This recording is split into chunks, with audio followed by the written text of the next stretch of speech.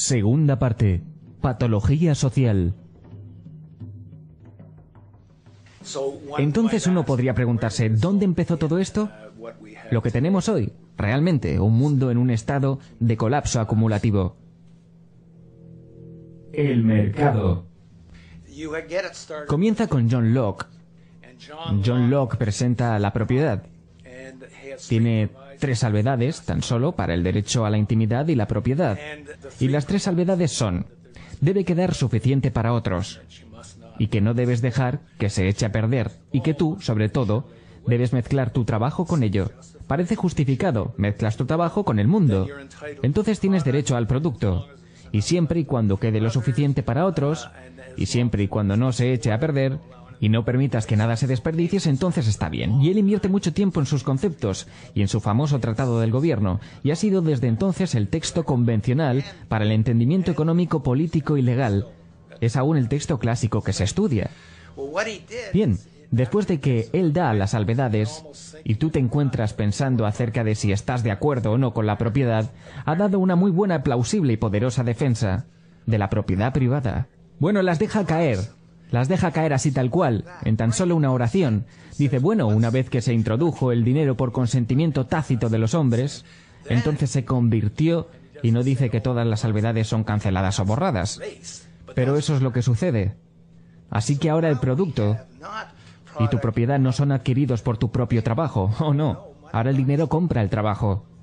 Ya no hay consideración acerca de si queda suficiente para los demás. Ya no hay consideración sobre si se echa a perder, porque él dice que el dinero es como la plata y el oro no puede deteriorarse y por lo tanto el dinero no puede ser responsable del desperdicio, lo cual es ridículo. No estamos hablando de dinero y plata, estamos hablando de cuáles son sus efectos.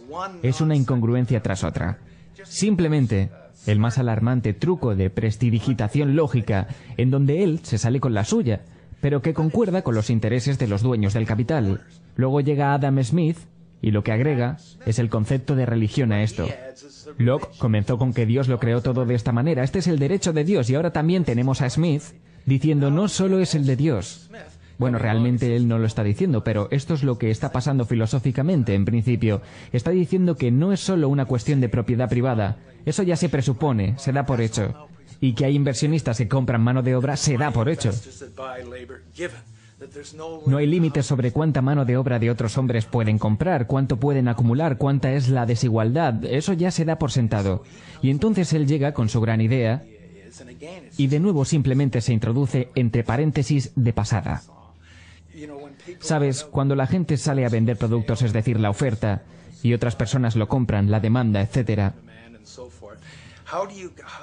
¿cómo obtenemos que la oferta se iguale a la demanda o que la demanda se iguale a la oferta? ¿Cómo pueden llegar a un equilibrio? Y esa es una de las ideas centrales de la economía. ¿Cómo se logra ese equilibrio? Y el responder es la mano invisible del mercado que las pone en equilibrio. Ahora resulta que Dios, de hecho, es inminente. Él no solo entregó los derechos a la propiedad, sus recursos y sus derechos naturales, respecto a lo que Locke dijo, ahora tenemos el sistema mismo como Dios.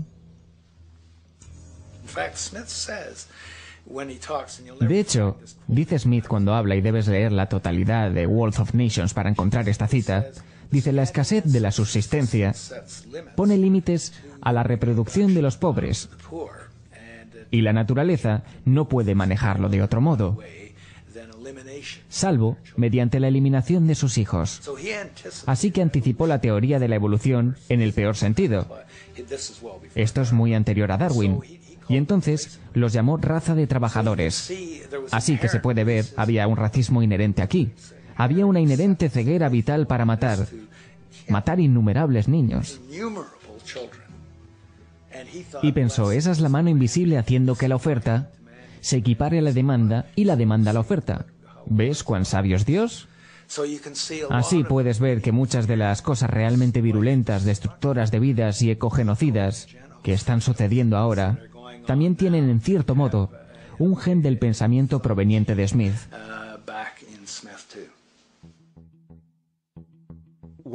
Cuando reflexionamos acerca del concepto original del llamado libre mercado, sistema capitalista como fue concebido por los primeros filósofos económicos como Adam Smith, vemos que la verdadera intención de un mercado estaba basada en bienes vitales, tangibles y reales para comerciar. Adam Smith nunca comprendió que el sector económico más lucrativo del planeta estaría al final en el área del comercio de finanzas, llamada área de inversiones, donde el dinero en sí es simplemente obtenido mediante el movimiento de otro dinero en un juego arbitrario que tiene un mérito productivo nulo para la sociedad. Aún así, sin importar la intención de Smith, la puerta para tales advenimientos aparentemente anómalos quedaba bien abierta por un principio fundamental de esta teoría. El dinero es tratado como un producto en sí y por sí mismo. Hoy en día, en todas las economías del mundo, al margen del sistema social que mantengan, el dinero es buscado por el dinero mismo y nada más. La idea esencial, la cual fue misteriosamente calificada por Adam Smith como su declaración religiosa de la mano invisible, es que la búsqueda limitada y egoísta de este producto ficticio pondrá de manifiesto por arte de magia el progreso y bienestar humano y social. La realidad es que el interés del incentivo monetario, o lo que algunos han denominado la secuencia monetaria del valor, se ha disociado completamente del interés vital fundamental, el cual podría titularse la secuencia vital del valor. Lo que ha pasado es que hay una completa confusión en la doctrina económica entre estas dos secuencias.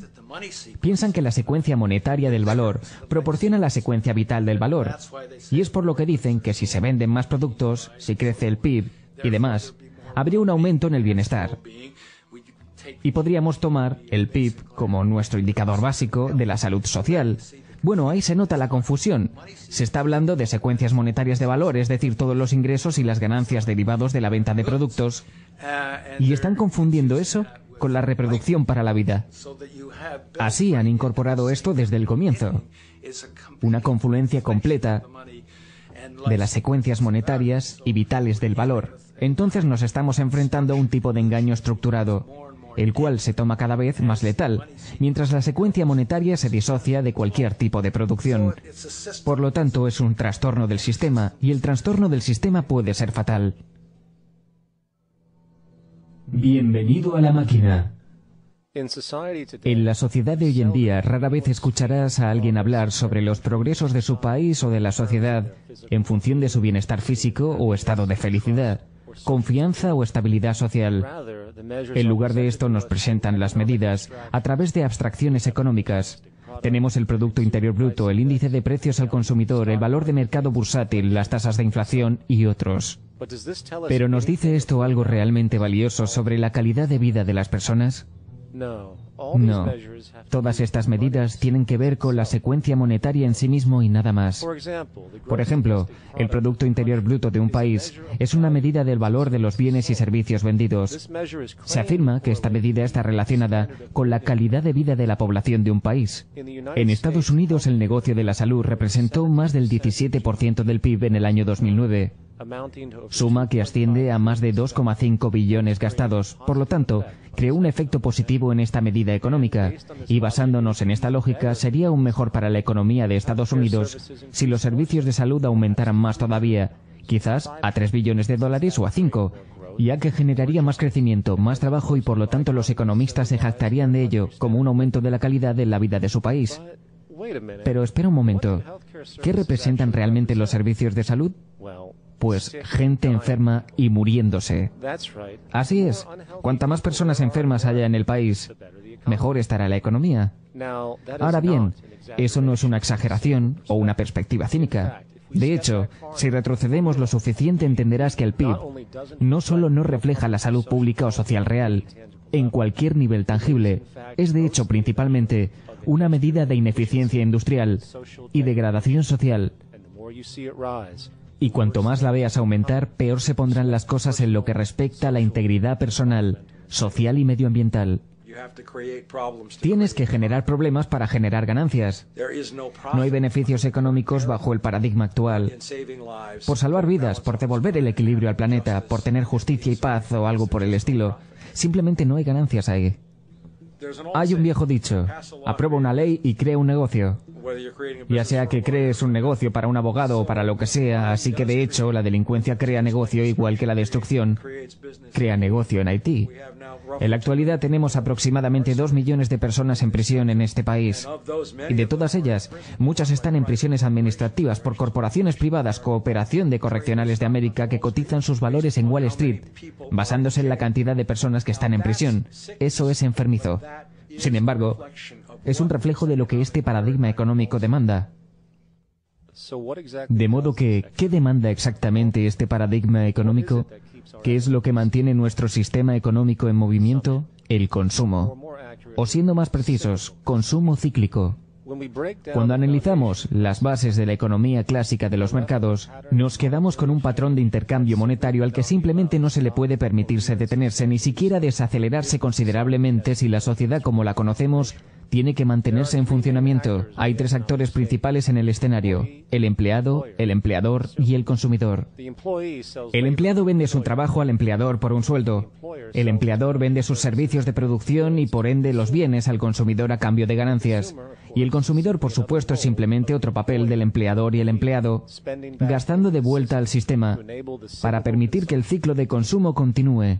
En otras palabras, el sistema del mercado global se basa en la suposición de que siempre habrá suficiente demanda de producto en una sociedad para hacer circular suficiente dinero a un ritmo que pueda mantener vivo el proceso de consumo. Y cuanto más alta la tasa de consumo sea, mayor es así el llamado crecimiento económico y así la máquina sigue. Pero espera, yo creía que la economía debía servir para economizar.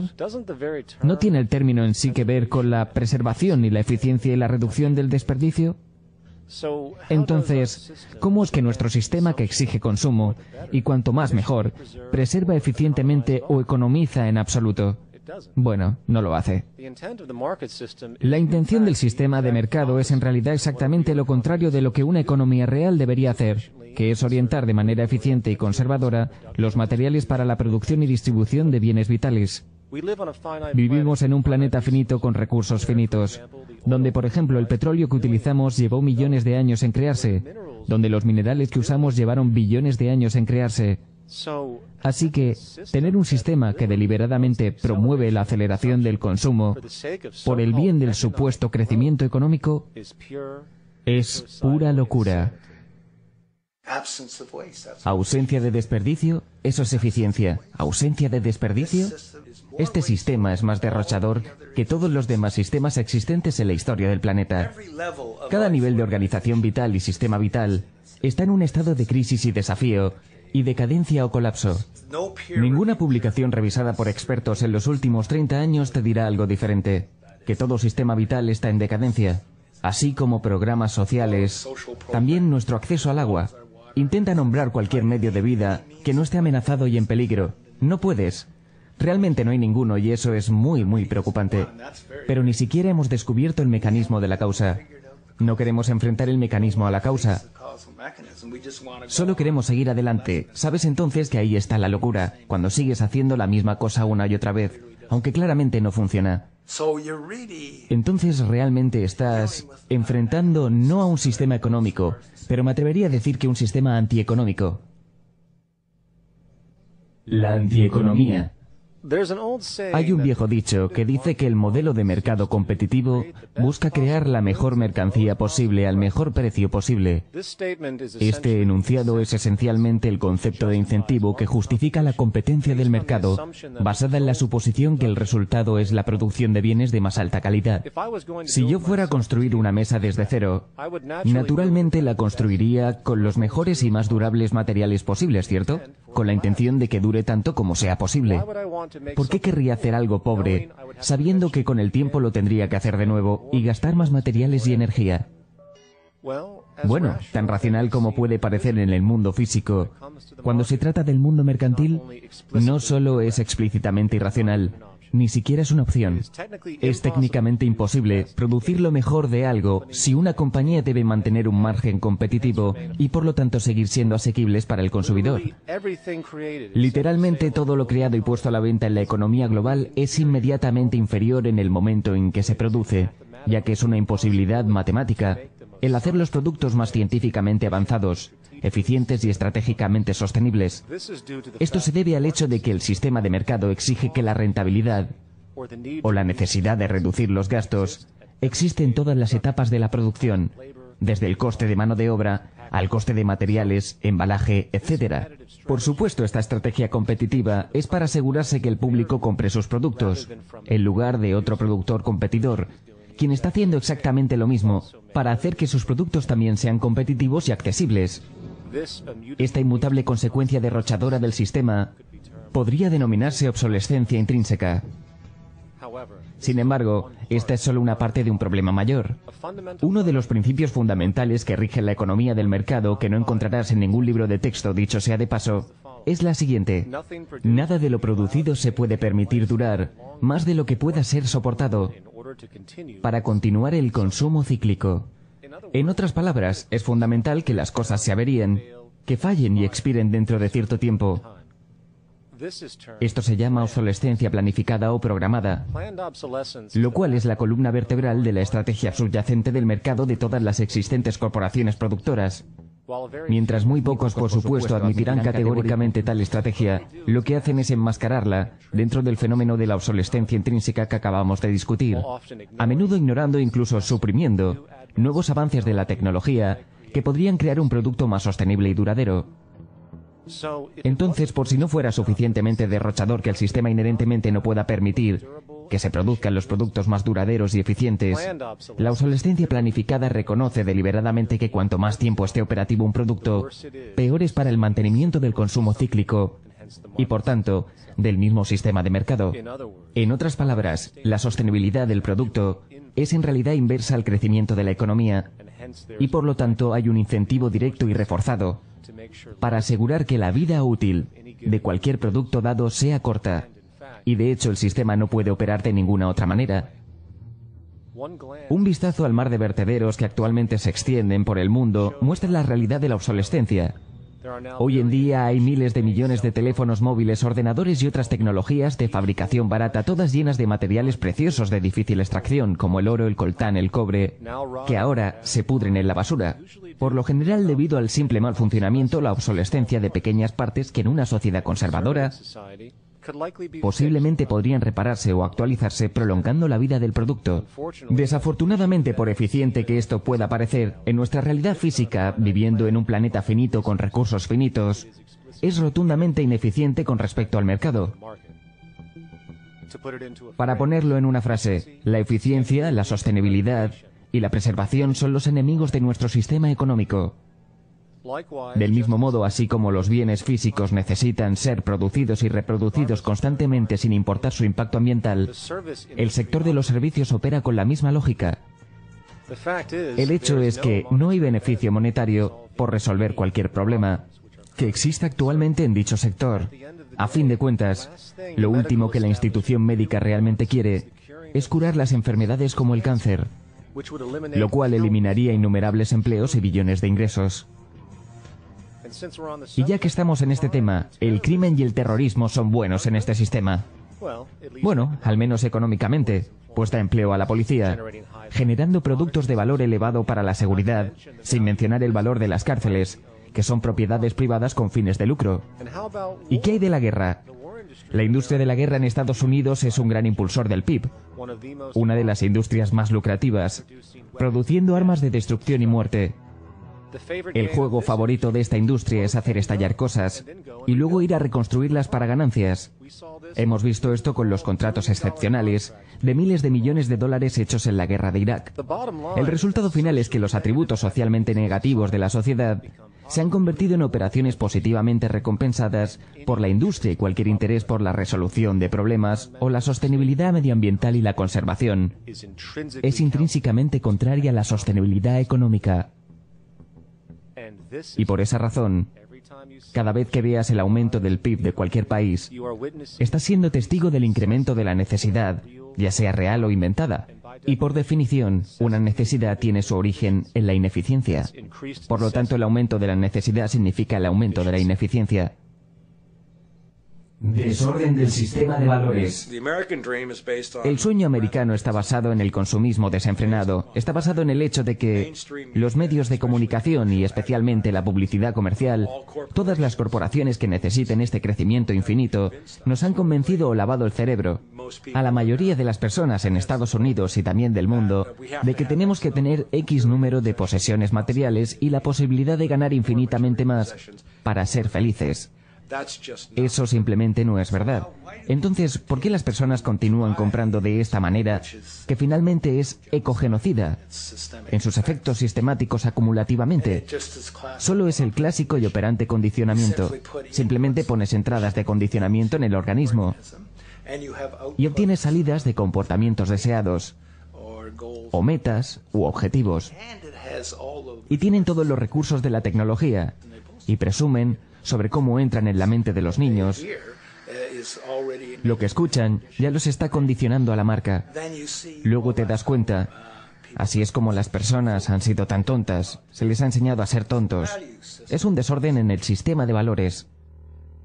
Sabes, si hay algún testamento de la plasticidad de la mente humana, si hay alguna prueba de cuán moldeable es el pensamiento humano y con qué facilidad la gente puede llegar a ser guiada y condicionada basándose en la naturaleza de los estímulos ambientales y lo que ello refuerza, el mundo de la publicidad comercial es la prueba. Tienes que estar asombrado del nivel de lavado cerebral, donde estos robots programados conocidos como consumidores divagan por el paisaje solamente para entrar a una tienda y gastar, digamos, por ejemplo, 4.000 euros en un bolso que probablemente cuesta $10 elaborar en una fábrica explotadora extranjera, solamente por el estatus que supuestamente representa la marca en la cultura. O tal vez las antiguas tradiciones comunes que incrementan la confianza y la cohesión en la sociedad, las cuales han sido secuestradas por los valores materiales adquisitivos donde ahora, anualmente, intercambiamos porquerías inútiles varias veces al año. Y tal vez nos preguntemos por qué tantas personas en la actualidad tienen esa obsesión por comprar y adquirir, cuando es claro que han sido condicionadas desde la infancia a esperar bienes materiales, como una muestra de su estatus con amigos y familia. La realidad es que la base de cualquier sociedad son los valores que sostienen su propio funcionamiento, y nuestra sociedad tal como existe únicamente puede operar si nuestros valores sostienen el consumo evidente que requiere para continuar el sistema de mercado. El consumo en América hace 75 años y en muchos países del primer mundo eran la mitad de lo que vemos por persona hoy en día. La nueva cultura de consumo actual ha sido creada e impuesta debido a una necesidad real de cada vez mayores niveles de consumo. Y es por eso que la mayoría de corporaciones ahora gastan más dinero en publicidad que en el proceso de la creación del producto mismo. Trabajan diligentemente para crear una falsa necesidad para que tú la satisfagas y resulta que funciona. Los economistas. Sabes, en realidad los economistas no son economistas en absoluto. Son propagandistas del valor del dinero. Y encontrarás que todos sus modelos básicamente se resumen en intercambios simbólicos que solo son para el lucro, de un lado o ambos lados o lo que sea, pero son totalmente desconectados del mundo de reproducción actualmente existente. En Ohio, un hombre de edad avanzada no pagó la factura de electricidad. A lo mejor has oído el caso. Y la empresa suministradora cortó la electricidad y el hombre murió. La razón por la cual le suspendieron el servicio fue porque no hubiese tenido ganancias. Si hubieran seguido suministrando electricidad porque él no pagó su cuenta, ¿crees que hicieron lo correcto?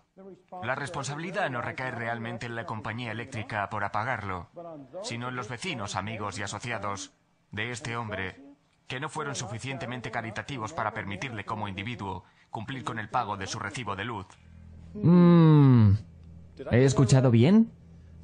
Acaba de decir que la muerte de un hombre causada por no tener dinero fue responsabilidad de otras personas. ¿O en efecto de la caridad? Bueno, entonces creo que vamos a necesitar un gran número de infocomerciales, unas miserias, donaciones en las tiendas, en los mostradores y varios frascos de pepinillos para los miles de millones de personas que se mueren de hambre en este momento en el planeta, a causa del mismo sistema que promueve Milton Friedman. Ya sea que se trata con las filosofías de Milton Friedman, John Maynard Keynes, Ludwig von Mises o cualquier otro importante economista del mercado, la base de su razonamiento rara vez se sale de la secuencia monetaria. Es como una religión. Análisis de consumo, políticas de estabilización, gasto deficitario, demanda agregada. Existe como un inacabable autorreferido, autorrelacionado círculo de discurso, donde la necesidad universal humana, los recursos naturales y cualquier forma eficaz de apoyo a la vida física son descartados por defecto. Y además, sustituidos por la singular noción de que los seres humanos buscan ventajas sobre los demás solo por dinero, motivado por su propio estrecho interés personal, mágicamente crearán una sociedad sostenible, saludable y equilibrada.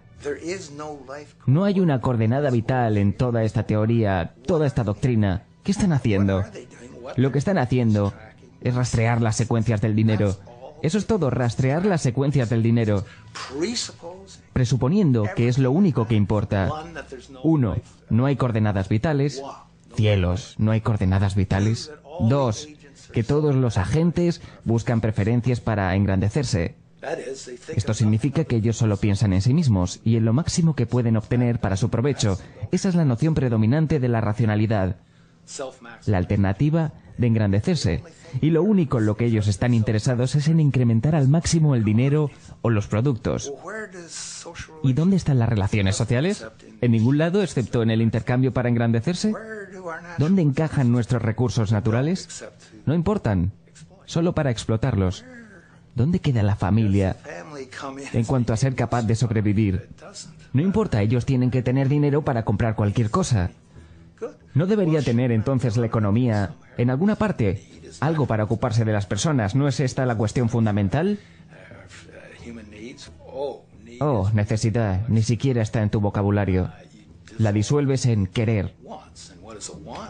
¿Y qué es querer? Esto significa demanda económica que quiere comprar. Entonces, si es la demanda económica la que quiere comprar, no tiene nada que ver con la necesidad, porque tal vez la persona no tiene demanda económica y necesita desesperadamente, digamos, suministro de agua. O tal vez la demanda económica quiere una tapa dorada para el inodoro. Entonces, ¿hacia dónde va todo? Para la tapa dorada del inodoro. ¿Y le llamas a esto economía? En verdad, si uno lo piensa, tiene que ser la ilusión más extraña en la historia del pensamiento humano. Sistema monetario. Hasta ahora nos hemos focalizado en el sistema de mercado, pero este sistema, de hecho, es solo la mitad del paradigma económico global. La otra mitad es el sistema monetario. Mientras que el sistema de mercado trata con la interacción de la gente apostando por ganancias a través del espectro de la mano de obra, producción y distribución, el sistema monetario es un conjunto de políticas subyacentes fijadas por instituciones financieras que crean condiciones para el sistema de mercado, entre otras cosas. Incluye términos que oímos muy a menudo, tales como tasas de interés, préstamos, deuda, la oferta del dinero, inflación, etc. Y podrías querer arrancarte el pelo mientras escuchas las sandeces que vienen de los economistas. Modestas acciones preventivas pueden obviar la necesidad de acciones más drásticas en una fecha posterior. La naturaleza y efecto de este sistema es de hecho bastante simple. Nuestra economía, o la economía global, tiene tres cosas básicas que la rigen. Una de ellas es la banca de reserva fraccionaria, los bancos imprimiendo dinero de la nada. También está basado en el interés compuesto. Cuando pides dinero prestado, tienes que devolver más del que pediste, lo que significa que tú, de hecho, creas también dinero de la nada. Nuevamente, el cual se atiende creando aún más dinero. Vivimos en un paradigma de crecimiento infinito. El paradigma económico en el que vivimos actualmente es un esquema Ponzi. Nada crece para siempre. No es posible. Como escribió el gran psicólogo James Hillman, la única cosa que crece en el cuerpo humano después de cierta edad es el cáncer. No es solo la cantidad de dinero lo que tiene que seguir creciendo, es la cantidad de consumidores que piden dinero con intereses para generar más dinero, y obviamente eso no es posible. No es posible en un planeta finito. Las personas básicamente son medios para crear dinero, que a su vez deben crear más dinero para evitar que todo colapse, que es lo que está ocurriendo ahora mismo. En realidad, solo hay dos cosas que cualquier persona necesita saber acerca del sistema monetario. 1. Todo dinero es creado a partir de la deuda. El dinero es deuda monetarizada, sea esta materializada de bonos del tesoro, contratos hipotecarios o tarjetas de crédito. En otras palabras, si toda la deuda pendiente tuviera que ser pagada ahora mismo, no habría un solo dólar en circulación. Y 2, se cobra interés en prácticamente todos los préstamos. Y el dinero necesario para pagar este interés no existe en la oferta monetaria total. Solo el capital es creado por los préstamos, y ese capital es la oferta monetaria. Entonces, si toda esta deuda tuviera que ser pagada ahora mismo, no solo no quedaría $1 en circulación, sino que habría una cantidad enorme de dinero debiéndose, que es literalmente imposible devolver, pues no existe. La consecuencia de todo esto es que hay dos cosas que son inevitables: la inflación y la bancarrota. En cuanto a la inflación, esta puede ser vista como una tendencia histórica en prácticamente todos los países de hoy en día y fácilmente ligado a su causa, que es el incremento continuo de la oferta monetaria, el cual es requerido para cubrir los cargos de los intereses y mantener el sistema funcionando. Mientras que la bancarrota se manifiesta como colapso de la deuda. Este colapso inevitablemente le ocurrirá a una persona, a un negocio o una nación, y típicamente sucede cuando el pago de intereses resulta imposible de realizar. Pero hay un lado positivo para todo esto, bueno, al menos en los términos del sistema de mercado, porque la deuda genera presión. La deuda crea esclavos asalariados. Es más probable que una persona endeudada trabaje por menos dinero que otra persona quien no lo esté. Por lo tanto, se convierten en mano de obra barata. Así que es estupendo que las corporaciones tengan un grupo de personas que no tienen movilidad financiera. Pero oigan, la misma idea se aplica a países enteros. El Banco Mundial y el Fondo Monetario Internacional, los cuales sirven de representantes de los intereses corporativos transnacionales, proporcionan préstamos gigantescos a países con problemas con intereses muy altos. Y entonces, una vez que los países están hasta el cuello y no pueden pagar sus deudas, aplican las medidas de austeridad. Las empresas llegan y arrasan, establecen fábricas donde explotan al obrero y quitan sus recursos naturales. Eso sí que es eficacia de mercado. Pero esperen, hay más. Verás, existe este híbrido en el sistema monetario y del mercado que se llama el mercado de valores, que en lugar de, bueno, producir algo real, solo compran y venden el dinero mismo. Y cuando se trata de deuda, ¿saben lo que hacen?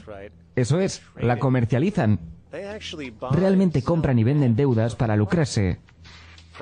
Desde coberturas por riesgos crediticios y obligaciones de deudas colaterales por deudas de consumo, a complejos esquemas derivados y utilizados para disimular las deudas de países enteros, tal como la confabulación del banco de inversiones Goldman Sachs y Grecia, que casi hundió a toda la economía europea. Así que cuando se trata del mercado de valores y Wall Street, tenemos un nivel de locura totalmente nuevo, que nace de la secuencia monetaria del valor. Todo lo que necesitamos saber acerca de los mercados fue escrito en una editorial en el Wall Street Journal hace 2 años, con el título Lecciones del inversionista con daño cerebral. Y en ese editorial explicaron por qué a las personas con un ligero daño cerebral les va mejor como inversores que a las personas con funcionalidad cerebral normal. ¿Por qué? Porque la persona que tiene un pequeño daño cerebral no posee empatía. Esa es la clave. Si no tienes nada de empatía, te va a ir bien como inversor. Y así Wall Street produce gente que no tiene empatía para ir ahí y tomar decisiones y para comerciar sin ningún reparo, sin dedicar un solo pensamiento a cómo lo hacen y a quién puede afectar. De este modo crían a estos robots, esta gente que no tiene alma, que les da todo igual, como si ni siquiera quieren pagar a esta gente. Ahora están criando robots, verdaderos operadores algorítmicos. Goldman Sachs, en el escándalo mercantil de alta frecuencia, ponen un ordenador al lado de la bolsa de Nueva York. Este ordenador, coubicado como ellos lo llaman, se adelanta a todas las órdenes de compraventa del mercado y golpea el mercado con cantidades de órdenes, de manera especulativa, y quitan céntimos del mercado. Es como si estuvieran succionando dinero todo el día. Lograron un cuarto el año pasado, 30 o 60 días seguidos sin un solo día de bajada. ¿Hicieron millones de dólares cada día? Esto es estadísticamente imposible. Cuando trabajé en Wall Street, las cosas funcionaban así, todos van arriba para los sobornos. Los corredores sobornan a los gerentes de oficina. El gerente de oficina soborna al gerente regional de ventas. El gerente regional de ventas soborna al gerente nacional de ventas. Es un acuerdo común. En Navidad, ¿quién obtiene el bono más grande? En un puesto promedio de corredor, el director de cumplimiento. El oficial de cumplimiento está sentado ahí todo el día. Se supone que debería estar asegurándose de que no estás violando ninguna regla y que estás cumpliendo con la ley. Por supuesto que sí. Hasta incluso que podrías sobornar al oficial de cumplimiento. Sí, claro. Y aún así estás cumpliendo con la ley. Entonces, ¿cómo es que el fraude se ha convertido en el sistema? Ya no es un producto derivado, es el sistema. Es como aquel viejo chiste de Woody Allen. Doctor, mi hermano cree que es una gallina. Y el doctor le dice, tome una píldora, y eso solucionará el problema. Y le dice, no, doctor, usted no lo entiende, necesitamos los huevos, ¿ok? El intercambio de créditos fraudulentos entre los bancos para generar comisiones, para generar bonificaciones, se ha convertido en el motor del crecimiento del PIB en la economía de los Estados Unidos. Aunque esencialmente estén comerciando créditos fraudulentos que no poseen ninguna esperanza de devolución, están procesando, generando y regarantizando nada. Si yo escribiera 20.000 millones en una servilleta y se la vendiera a JP Morgan y JP Morgan escribiera 20.000 millones en otra servilleta e intercambiáramos las servilletas en un bar y cada uno de nosotros nos pagáramos 1/4% de comisión, haríamos un montón de dinero para nuestro bono de Navidad. Cada uno de nosotros tendría en nuestros libros contables una servilleta de 20.000 millones que no tiene ningún valor real, hasta el momento en el que el sistema ya no sea capaz de absorber servilletas falsas, en cuyo caso nos dirigimos al gobierno para que nos rescate financieramente. Y gracias a Wall Street y la Bolsa Mundial de Valores, existen en la actualidad al menos 700 billones de dólares de créditos fraudulentos pendientes, conocidos como derivados, aún esperando por colapsar, un valor que asciende a más de 10 veces el Producto Interior Bruto del planeta entero. Y cuando hemos visto los rescates de las corporaciones y bancos por parte de los gobiernos, los cuales para empezar económicamente por supuesto toman prestado su dinero de los bancos, ahora estamos viendo los intentos de rescate de países enteros por conglomerados de otros países a través de los bancos internacionales. Pero ¿cómo rescatas a un planeta? No hay país alguno que no esté ahora saturado en deudas. La cascada de incumplimientos de deuda soberana que hemos visto puede ser solo el principio cuando los cálculos se tienen en cuenta. Se ha estimulado que solo en Estados Unidos la tasa de impuestos sobre la renta necesaria sea elevada al 65% por persona solo para cubrir las tasas de interés en un futuro cercano. Los economistas ahora están pronosticando que en unas pocas décadas el 60% de los países del planeta estarán en bancarrota. Pero espera, déjame ver si lo entiendo. El mundo está cayendo en bancarrota, o lo que demonios eso signifique debido a esta idea denominada deuda, la cual ni siquiera existe en realidad física. Es solo parte del juego que hemos inventado. Y sin embargo, el bienestar de billones de personas está siendo comprometido. Despidos extremos, ciudades, campamentos, pobrezas que se aceleran, imposición de medidas de austeridad, cierre de escuelas, hambre infantil y otras medidas de privación familiar. Todo debido a esta ficción elaborada. ¿Qué somos? ¿Unos malditos estúpidos? Hey, Marte, socio. Ayuda a un hermano, ¿eh? Madura, chico.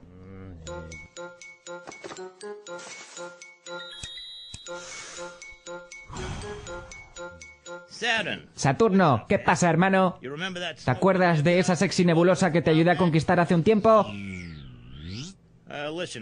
Escucha, Tierra, ya nos estamos cansando de ti. Se te ha concedido todo y aún así lo malgastas. Tienes recursos más que suficientes y lo sabes. ¿Por qué no maduras y aprendes algo de responsabilidad, por el amor de Dios? Haces desdichada a tu madre.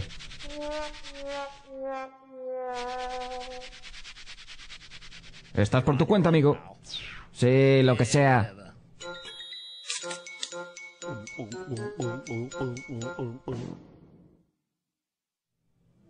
Salud pública. Ahora bien, considerando todo esto, desde la máquina de basura llamada sistema de mercado hasta la máquina de deuda llamada sistema monetario, por tanto creando el paradigma del mercado monetario que define la economía global hoy, hay una consecuencia que conlleva la máquina entera: desigualdad. Ya sea el sistema de mercado, que crea una gravitación natural hacia el monopolio y la consolidación del poder, mientras que también genera un puñado de industrias adineradas que sobresalen por encima de las otras, sin tener en cuenta su utilidad, como el hecho de que los mejores gestores de fondos de cobertura en Wall Street ahora se llevan a casa más de 300 millones de dólares al año por contribuir literalmente en nada Mientras que un científico, buscando la cura de una enfermedad, intentando ayudar a la humanidad, probablemente haga $60.000 al año si tiene suerte. O ya sea el sistema monetario, el que tiene una división de clases intrínseca en su estructura. Por ejemplo, si tengo $1 millón de sobra y lo pongo en un certificado de depósito al 4%, ganaré $40.000 al año, sin contribución social, sin nada. Sin embargo, si pertenezco a la clase baja social y tengo que pedir un préstamo para comprar un automóvil o una casa, estaré pagando intereses que en abstracción van a pagar a ese millonario con el 4% del certificado de depósito. Este robo a los pobres para pagar a los ricos es un cimiento, un aspecto intrínseco del sistema monetario, y podría ser etiquetado como clasismo estructural. Por supuesto, históricamente, la estratificación social siempre ha sido considerada injusta, pero obviamente aceptada de forma general, ya que ahora el 1% de la población es dueña del 40% de la riqueza del planeta. Pero dejando la justicia material a un lado, algo más está sucediendo. Bajo la superficie de esta desigualdad, causa un increíble deterioro en el conjunto de la salud pública. Bien, pienso que las personas a menudo están desconcertadas por el contraste entre el éxito material de nuestras sociedades, niveles de riqueza sin precedentes y los muchos fracasos sociales. Si te fijas en las tasas de abuso de drogas, violencia o autolesiones entre niños o enfermedades mentales, claramente algo está yendo profundamente mal. La información que he estado describiendo muestra simplemente la intuición que la gente ha tenido por cientos de años en la desigualdad, que es divisiva y socialmente corrosiva. Pero esta intuición es más real, yo creo, de lo que jamás habíamos imaginado. Hay efectos psicológicos y sociales muy poderosos de desigualdad, más relacionados, supongo, con sentimientos de superioridad e inferioridad. Esa clase de división, y tal vez a la par con el respeto o la falta de respeto, personas sintiéndose profundamente menospreciadas, lo cual, por cierto, es por lo que la violencia es más común en las sociedades más desiguales. El disparador de la violencia es frecuentemente el sentimiento de menosprecio y la falta de respeto. Si hubiese un principio que pudiera enfatizar, es este. El principio más importante subyacente a la prevención de la violencia sería la igualdad. El factor individual más significativo que afecta la tasa de violencia es el grado de desigualdad e igualdad dentro de esa sociedad. Entonces, lo que estamos viendo es un tipo de disfunción social general. No es solo una o dos cosas que van mal. Mientras la desigualdad aumenta, parece ser todo, ya sea que hablemos sobre delincuencia o salud o enfermedad mental o lo que sea. Uno de los hallazgos realmente preocupantes que hay en la salud pública es nunca jamás cometer el error de ser pobre o nacer pobre. Tu salud lo paga de infinitas maneras. Algo conocido como el gradiente socioeconómico de salud. A medida que desciendes de los estratos más altos de la sociedad en términos de estatus socioeconómico, por cada escalón que bajas la salud empeora, para tropecientas enfermedades diferentes. La expectativa de vida empeora, tasa de mortalidad infantil, todo lo que puedas ver. Así que un gran problema ha sido el por qué es que existe este gradiente. Una simple respuesta obvia es que si estás crónicamente enfermo, no vas a ser muy productivo. Entonces, razones de salud impulsan diferencias socioeconómicas. No es eso en absoluto. En el nivel más simple, se podría mirar el estatus socioeconómico de un niño de 10 años y eso va a predecir algo acerca de tu salud décadas más tarde. Así que esa es la dirección de la casualidad. Lo siguiente, ¿de qué se trata? Es perfectamente obvio. Los pobres no pueden darse el lujo de ir al médico. Es acceso a la asistencia médica. No tiene nada que ver con eso, porque se ven estos mismos gradientes en países con asistencia médica universal y medicina socializada. Bueno, siguiente explicación simple. En promedio, cuanto más pobre seas, más probable es que fumes y bebas y todo tipo de factores de riesgo relacionados con el estilo de vida. Si todo eso contribuye, pero estudios minuciosos han demostrado que esos factores explican alrededor de un tercio de la variabilidad, entonces, ¿qué queda? Lo que queda tiene muchísimo que ver con el estrés de la pobreza.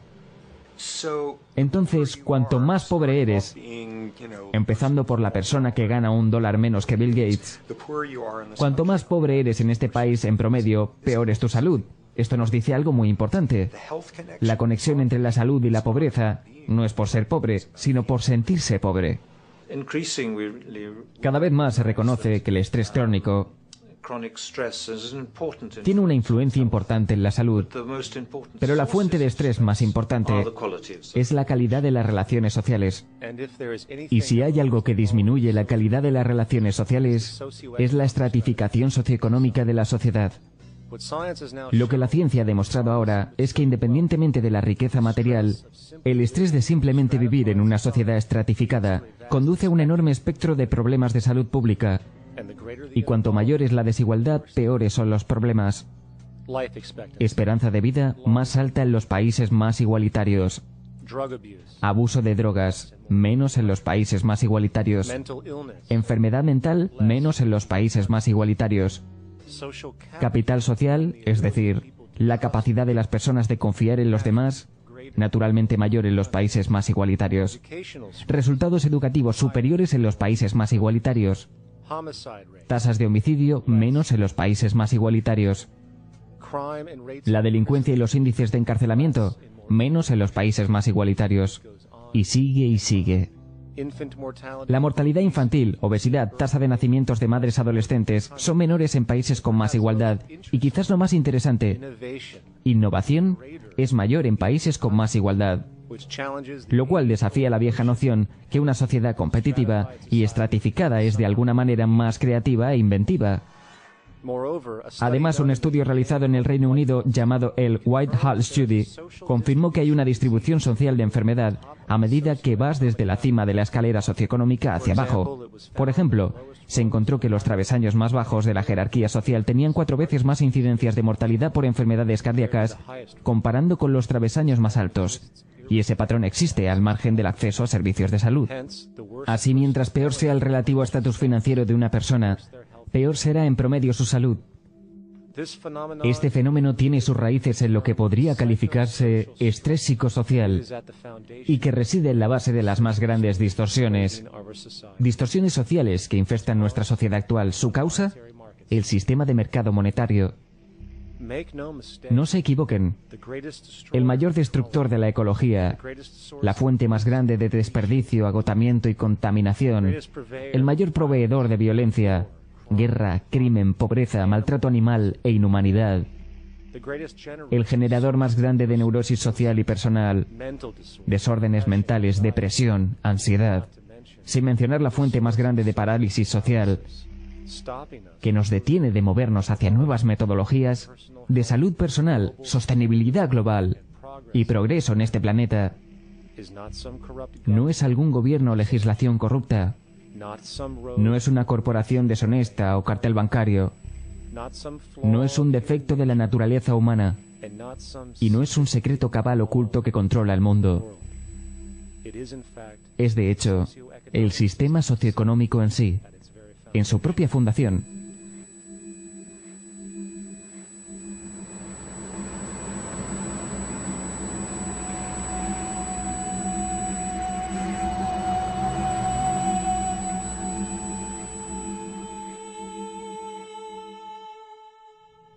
Parte 3.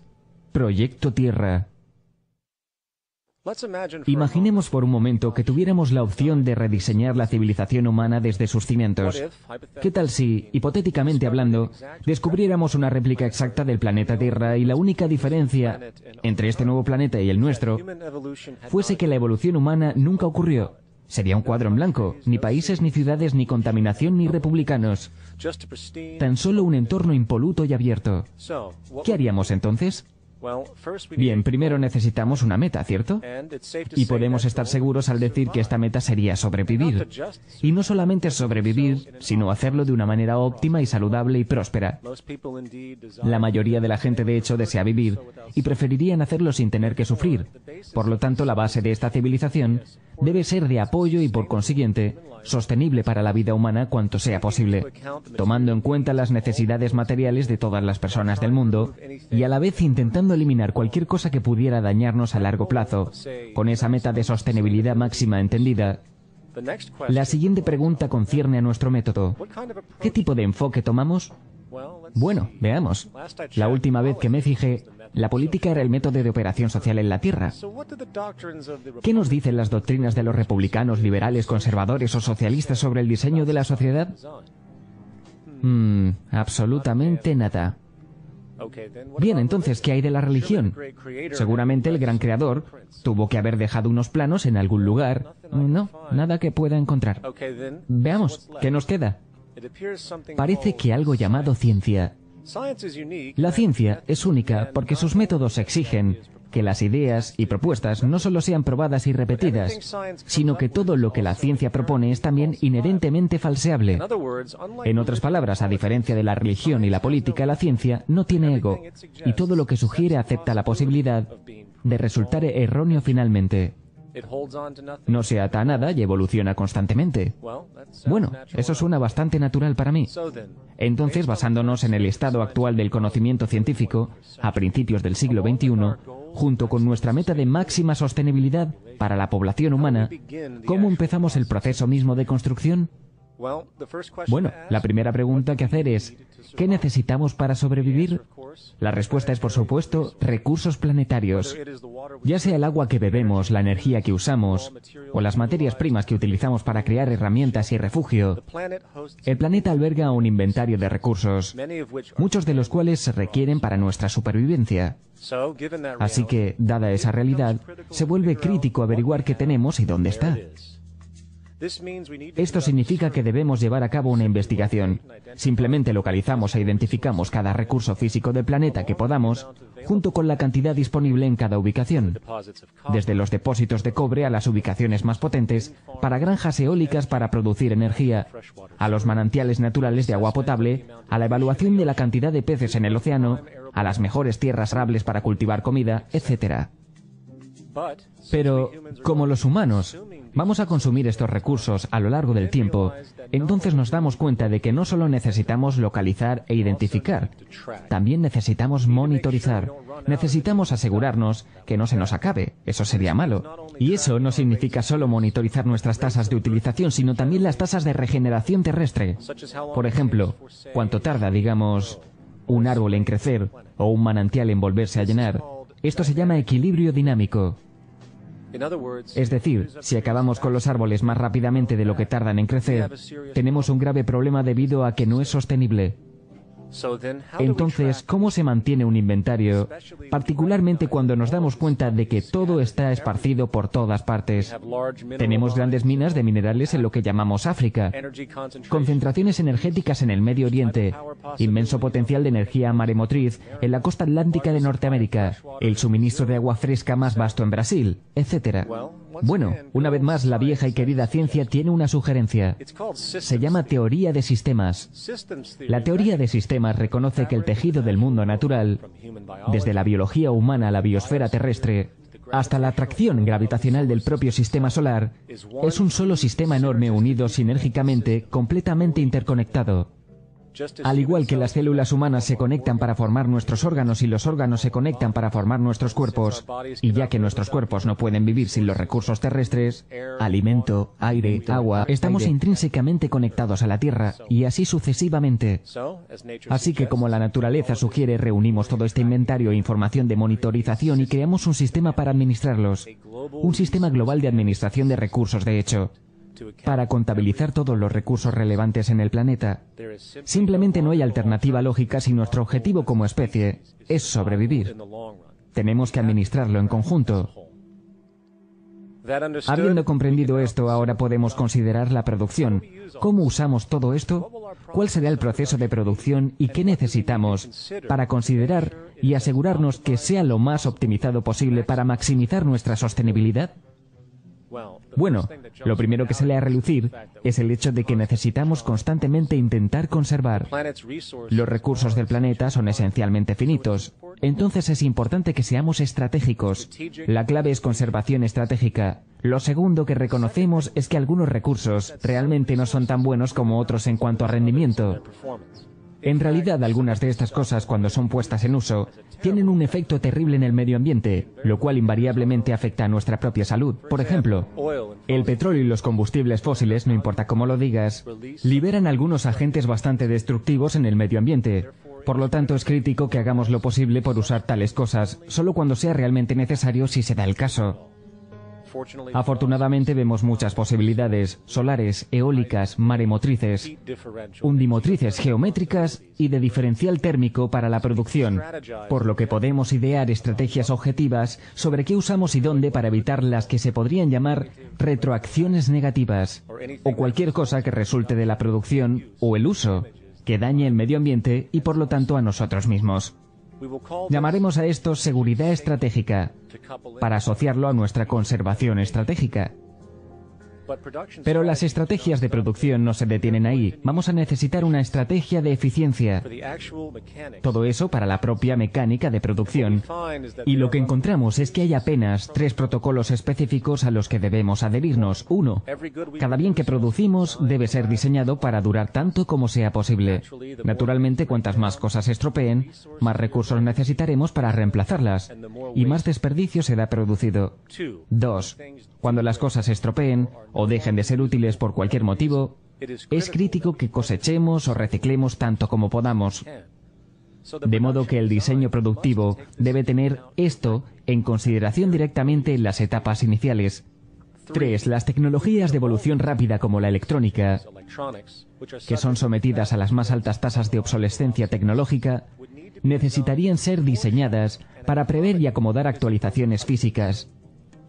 Lo último que queremos hacer es desechar un sistema informático completo solo porque se ha dañado una sola parte o es obsoleto.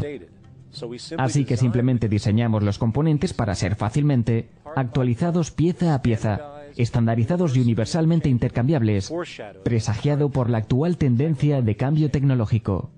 Y cuando nos damos cuenta de que los mecanismos de la preservación estratégica, la seguridad estratégica y la eficiencia estratégica son puramente consideraciones técnicas, desprovistas de cualquier opinión humana o parcialidad, simplemente programamos estas estrategias en un ordenador, el cual puede sopesar y calcular todas las variables relevantes, permitiéndonos llegar siempre al método más favorable para la producción sostenible, basado en los conocimientos actuales.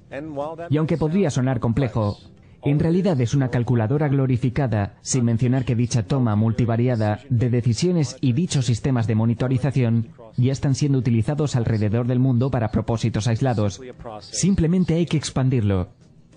Entonces, ahora bien, no solo tenemos nuestro sistema de administración de recursos, sino que también un sistema de administración de producción, los cuales son fácilmente automatizados por el ordenador para maximizar la eficiencia, la preservación y la seguridad.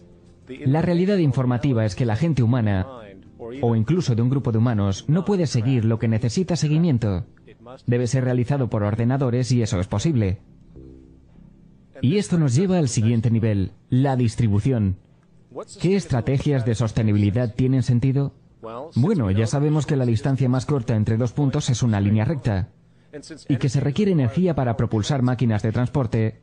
Cuanto más corta la distancia de transporte, mayor será la eficacia. Producir bienes en un continente y enviarlos a otro solo tiene sentido si los bienes en cuestión simplemente no pueden ser producidos en el área deseada. De otra forma, no es más que derrochador. Debemos producir localmente para que la distribución sea simple, rápida y que requiera la menor cantidad de energía posible.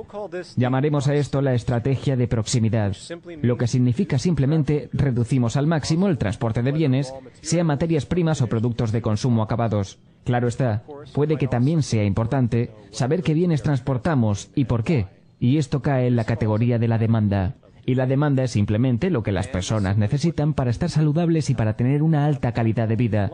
El espectro de las necesidades materiales humanas va desde las necesidades vitales, como comida, agua potable y refugio, hasta bienes sociales y recreativos que permiten relajación y disfrute personal y social, ambos importantes factores en el conjunto de la salud humana y social. Así que simplemente realizamos otra encuesta. Las personas describen sus necesidades, la demanda se evalúa y la producción se inicia basada en dicha demanda. Y puesto que los niveles de demanda de diferentes bienes fluctuarán naturalmente y cambiarán en diferentes regiones, debemos crear un sistema de monitorización de demanda, distribución, para evitar la sobreproducción o la escasez. Por supuesto, esta idea no es nueva. Se utilizan las principales cadenas de tiendas actualmente para asegurar que su inventario se mantiene al día, solo que esta vez vamos a monitorizar globalmente. Pero espera un poco, no podemos entender completamente la demanda si no tenemos en cuenta el uso real del bien en sí mismo. ¿Es lógico y sostenible que cada ser humano tenga, digamos, una de cada cosa que se produce sin importar su uso? No, eso sería sencillamente derrochador e ineficiente. Si una persona tiene necesidad de un bien, pero esa necesidad dura solo, por ejemplo, 45 minutos al día de media, sería mucho más eficiente que ese bien estuviese disponible para ellos y para otros cuando lo necesitasen. Muchos olvidan que no es el bien lo que quieren, sino el propósito que sirve ese bien. Cuando entendemos que el bien en sí mismo solo es tan importante como su utilidad, vemos que la restricción externa, o lo que podríamos llamar hoy propiedad, es extremadamente derrochador y medioambientalmente ilógico en un sentido fundamental y económico. Así que necesitamos concebir una estrategia llamada acceso estratégico. Esta sería la base para nuestro sistema de monitoreo de demanda-distribución, el cual garantiza que podamos satisfacer la demanda de las necesidades de la población para acceder a lo que sea que necesiten cuando lo necesiten. Y en lo que respecta a adquirir los bienes físicamente, los centros de acceso centralizados y regionales tienen mucho sentido, ya que la mayor parte estarían ubicados muy cerca de la población. Y una persona simplemente llegaría, tomaría el artículo, lo usaría y cuando haya terminado lo devolvería. Similar a cómo funciona una biblioteca hoy en día. De hecho, estos centros no solo existirían en la comunidad, en la forma como son las tiendas de hoy, sino que existirían centros especializados de acceso en áreas específicas, donde ciertos bienes son utilizados frecuentemente, ahorrando más energía con menos transporte repetido. Y una vez el sistema de monitoreo de demanda esté operativo, estará unido a nuestro sistema de gestión de producción y, por supuesto, a nuestro sistema de gestión de recursos, creando así una máquina de gestión económica global, unificada y de actualización dinámica, que simplemente asegure que nos mantengamos sostenibles, comenzando por proteger la integridad de nuestros limitados recursos, trabajando para garantizar que solo fabriquemos los mejores y más estratégicos artículos posibles, mientras distribuyendo todo el mundo más inteligente y eficiente posible. Y el resultado único de este método basado en la preservación, el cual es intuitivamente opuesto a muchos, es que este proceso de preservación y eficiencia lógico, ascendente y empírico, que solo puede determinar la verdadera sostenibilidad humana en el planeta, permitiría seguramente algo que nunca se ha visto en la historia humana: acceso a la abundancia, no solo para un porcentaje de la población mundial, sino para toda la civilización. Este modelo económico, tal y como recién generalizado, este enfoque sistemático responsable hacia un manejo total de los recursos de la Tierra y procesos, diseñado nuevamente nada menos para cuidar de la humanidad en su totalidad, de la manera más eficiente y sostenible, podría denominarse una economía basada en recursos. La idea fue definida en los 70 por el ingeniero social Jacques Fresco. Él entendió en ese entonces que la sociedad iba en un curso de colisión entre la naturaleza y sí misma, insostenible a todo nivel. Y si las cosas no cambiaban, nos destruiríamos de una forma u otra. Todas esas cosas que estás diciendo, Jake, ¿podrían ser construidas con lo que sabemos hoy? ¿O estás adivinando basándote en lo que sabemos hoy? No, todas esas cosas pueden ser construidas con lo que sabemos hoy.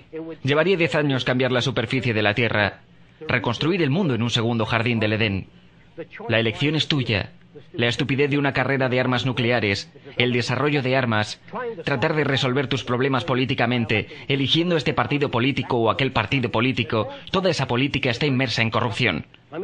Dejarme decirlo de nuevo: comunismo, socialismo, fascismo, los demócratas, los liberales, queremos absorber seres humanos. Todas las organizaciones que creen en una mejor vida para el hombre. No hay problemas de negros o problemas de polacos, o problemas de judíos o problemas de griegos, o problemas de mujeres. Hay problemas humanos. Yo no le temo a nadie, no trabajo para nadie. Nadie puede despedirme. No tengo jefe. Tengo miedo de vivir en la sociedad en la que vivimos hoy. Nuestra sociedad no puede ser mantenida por este tipo de incompetencia. Era estupendo el sistema de libre empresa. Hace 35 años esta fue la última vez que fue útil. Ahora bien, tenemos que cambiar nuestra forma de pensar o perecer. Las películas de terror del futuro serán nuestra sociedad. la forma en que no funcionó y la política serían parte de una película de terror. Bueno, mucha gente hoy en día usa el término ciencia fría porque son analíticas y ni siquiera saben lo que significa analítico. Ciencia significa aproximaciones más cercanas a la forma en que el mundo funciona. Así que dice la verdad, es lo que es. Un científico no intenta llevarse bien con la gente. Ellos cuentan lo que han descubierto. Tienen que cuestionarlo todo. Y si algún científico descubre un experimento que demuestra que ciertos materiales tienen ciertas fortalezas, otros científicos han de ser capaces de duplicar ese experimento y obtener los mismos resultados. Incluso si un científico siente que el ala de un avión, debido a las matemáticas o cálculos, puede aguantar cierta cantidad de peso, aún así amontonan sacos de arena sobre ella para ver cuándo se rompe y dicen, ¿sabes? Mis cálculos son correctos o son erróneos. Me encanta ese sistema porque está libre de parcialidad y libre de la creencia de que las matemáticas pueden resolver todos los problemas. También tienes que poner tus matemáticas a prueba. Creo que todo sistema que puede ser puesto a prueba debe ser probado. Y todas las decisiones deben estar basadas en la investigación. Una economía basada en recursos es simplemente el método científico aplicado al interés social, un enfoque absolutamente ausente en el mundo de hoy. La sociedad es una invención técnica y los métodos más eficaces de salud humana optimizada, producción física, distribución, infraestructura urbana y similares, residen en el campo de la ciencia y la tecnología, no en la política o en la economía monetaria. Opera en la misma forma sistemática como, digamos, un avión. Y no hay una manera liberal o republicana de construir un avión. Asimismo, la naturaleza misma es el referente físico que usamos para demostrar nuestra ciencia y es un sistema establecido que solo emerge de nuestra creciente comprensión en ella. De hecho, no tiene en cuenta en absoluto lo que tú subjetivamente pienses o creas que es verdad. Lo que hace más bien es darte una opción. Puedes aprender y estar conforme con sus leyes naturales y comportarte en consecuencia, creando siempre buena salud y sostenibilidad. O puedes ir a contracorriente, inútilmente. No importa cuán firmemente crees que puedes levantarte y caminar por la pared que tienes enfrente, la ley de la gravedad no te lo permitirá. Si no comes, morirás. Si no te acarician cuando eres un bebé, morirás. Por duro que suene, la naturaleza es una dictadura. Y podemos escucharla y ponernos en armonía con ella, o sufrir las inevitables consecuencias adversas. Por tanto, una economía basada en recursos no es más que un conjunto de conocimientos vitales probados, donde todas las decisiones se basan en una sostenibilidad humana y medioambiental optimizada. Toma en consideración la base vital empírica, lo cual todo ser humano comparte con una necesidad independientemente de nuevo de sus filosofías políticas o religiosas. No hay relativismo cultural en este enfoque. No es una cuestión de opinión. Las necesidades humanas son necesidades humanas y tener acceso a las necesidades vitales como aire limpio, comida nutritiva y agua potable, junto con un entorno positivamente motivador estable, educativo y no violento, es exigido para nuestra salud física y psicológica, nuestra capacidad evolutiva y por tanto para la supervivencia de la especie en sí misma. Una economía basada en recursos estaría basada en los recursos disponibles. No puedes llevar a mucha gente a una isla o construir una ciudad de 50.000 personas sin tener acceso a las necesidades vitales. Así que, cuando uso el término enfoque sistémico exhaustivo, estoy hablando de hacer primero un inventario del área y determinar lo que esta zona puede abastecer. No es solo un enfoque arquitectónico, no es solo un enfoque de diseño, sino que el diseño debe estar basado en todos los requisitos para mejorar la vida humana. Y a eso es a lo que me refiero con una manera integrada de pensamiento. Alimentos, ropa, refugio, calidez, amor. Todas esas cosas son necesarias. Y si privas a la gente de alguna de ellas, tendrás un ser humano de menor valía, menos capaz de funcionar. Como se ha delineado previamente, los cimientos de una economía global basada en recursos con enfoques sistémicos a extracción, producción y distribución se basan en un conjunto de verdaderos mecanismos económicos o estrategias que garantizan la eficiencia y la sostenibilidad en cada área de economía. Entonces, continuando con esta línea de pensamiento en lo referente al diseño que sigue en nuestra ecuación, ¿dónde se materializa todo esto? En las ciudades. La llegada de la ciudad es una característica definitoria de la civilización moderna. Su papel es habilitar el acceso eficiente a las necesidades de la vida, junto con un mayor apoyo social e interacción comunitaria. Entonces, ¿cómo diseñaríamos una ciudad ideal? ¿En qué forma deberíamos hacerla? ¿Cuadrada? ¿Trapezoide? Bueno, dado que vamos a estar moviéndonos alrededor de la cosa, podríamos hacerla lo más equidistante posible. Y para ello la haremos en forma de círculo. ¿Qué debería contener la ciudad? Naturalmente necesitamos un área residencial, un sitio para la producción, un lugar para la generación de energía y espacio para la agricultura. Pero también necesitamos nutrirnos como seres humanos por tanto cultura, naturaleza, recreación y educación. Entonces, incluyamos un agradable parque abierto, un área para entretenimiento, eventos para propósitos culturales y socializar, e instalaciones educativas y de investigación. Y como estamos trabajando con un círculo, parece racional colocar estas funciones en forma de cinturones, basados en la cantidad de tierra necesaria para cada propósito junto a la facilidad de acceso. Muy bien. Ahora bien, vayamos a lo específico. En primer lugar, necesitamos considerar la infraestructura central o los intestinos del organismo de la ciudad. Estos serían los canales de transporte para el agua, productos, residuos y energía. Así como hoy contamos con sistemas de agua y alcantarillado subterráneos, en las ciudades extenderíamos este concepto de canalización para integrar el reciclaje de residuos y los repartos en sí. No más carteros o basureros. Se incorpora en el diseño. Incluso podríamos usar tuberías neumáticas automatizadas y tecnologías similares. Lo mismo va para el transporte. Tiene que ser integrado y estratégicamente diseñado para reducir o incluso eliminar la necesidad de los automóviles independientes y malgastadores, tranvías eléctricos, cintas transportadoras y trenes magnéticos que pueden llevarte prácticamente a cualquier lugar de la ciudad, incluso arriba o abajo, además de conectarte con otras ciudades. Y por supuesto, en el caso de que un automóvil sea necesario, es automatizado por satélite para la seguridad y la integridad. De hecho, esta tecnología de automatización está funcionando ahora mismo. Los accidentes automovilísticos matan alrededor de 1,2 millones de personas, solo cada año, hiriendo a 50 millones. Esto es absurdo y no tiene que ocurrir.